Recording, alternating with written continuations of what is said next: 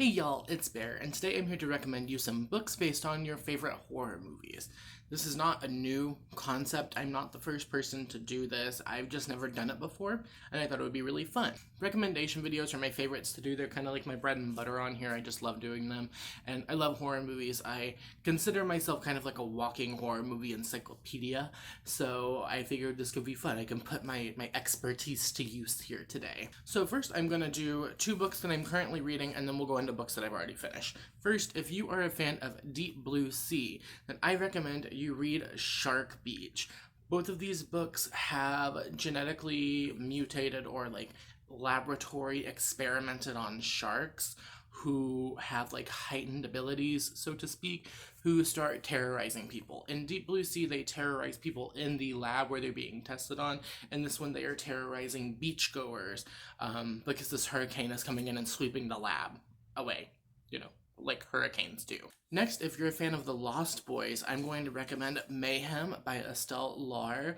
The vibes are just perfect in this. Basically, this follows a girl named Mayhem who moves to Santa Maria, California, and she figures out that her family is kind of like the protectors of Santa Maria, and there's vampires who are like picking off women. Girls are going missing on the beach. There's like magic, there's like some abilities going on, and I'm not that far into this one, but from what I read from Goodreads reviews, it is literally like a Lost Boys retelling. Like characters from the Lost Boys show up in the book, and you get like scene by scene reenactment shots. So I'm excited to finish this one and see what my final thoughts are. If you like the movie The Final, I recommend you read Confessions by Kane Minato. The key similarities in this are students... Oh, my door opened. The main similarities in this are that it deals with students in a school who are like hurting their classmates. The difference is in Confessions, the teacher is the one who starts the hurting of the students. She makes everyone target these two boys who killed her daughter, whereas in Confessions, it's the people who are the outcasts in school, the people who are getting bullied, torturing their tormentors at a Halloween party. So it's similar enough in that it's like kids doing horrible things and has like a kind of an academic-centric plot. But I think the differences are that in Confessions, a teacher and more adults are present, whereas in The Final, it's very much just like kids doing shitty things to kids. If you liked The Herd, or if you haven't seen The Herd, it's a indie short film. It's like 15 minutes long, and it's a commentary on the milk industry. If you like that and are interested in that, I would recommend Tender is the Flesh by Agustina Bastarrica. This one is kind of a slightly futuristic, dystopian-ish book where all of the animal meat is no longer safe for human consumption, and humans are being bred as a food source. They're also being like artificially inseminated and milked, and like every part of them is used. It's very similar to The Herd, and I believe that both of these could be read as commentary on clearly the meat industry and veganism, but also just like animal abuse in general. If you like the film Underwater featuring Kristen Stewart, I am going to recommend Into the Drowning Deep. This was the first thing that we ever chose, the first combo for our Spooky Bitches book club, and personally for me, I think it's the best one so far as like things that kind of riff off of each other. So both of these follow like oceanic research teams. In Underwater, it's a fully underwater research team, and their base is flooded. Into the Drowning Deep, it's a ship that goes to the Mariana Trench to learn about killer mermaids. Something that I think is interesting, specifically a parallel, is the monsters in the book. In Into the Drowning Deep and Underwater, you have these smaller, more humanoid-sized creatures, and then at the end, there are other sized creatures revealed, and I'm just gonna leave it at that. But if you've read this one and haven't seen Underwater, or vice versa, definitely do it and you will see the parallels that I'm talking about. Yeah, because this one I think is a little bit of a stretch, but if you like The Babadook, I'm going to recommend you read The Changeling by Victor Laval. The similarities in this are that it deals with I guess like the stress and the horrors of parenting, and also whenever I watched The Babadook, I saw it as a metaphor for like postpartum depression. Whenever reading The Changeling, they discuss postpartum depression. There are also like demonic entities that are torturing the family, kind of like picking at their brain.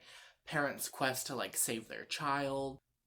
they're both very intense and they're both like a lot to deal with, but I think that the comparison warrants talking about, and I've never actually seen anyone recommend these two in tandem. This one's a little bit more fairy tale, fairy vibes, whereas the Babadook is a little bit more demon energy, but like I think that they're similar enough. If you like Final Girls, I'm going to recommend you The Last Final Girl by Stephen Graham Jones.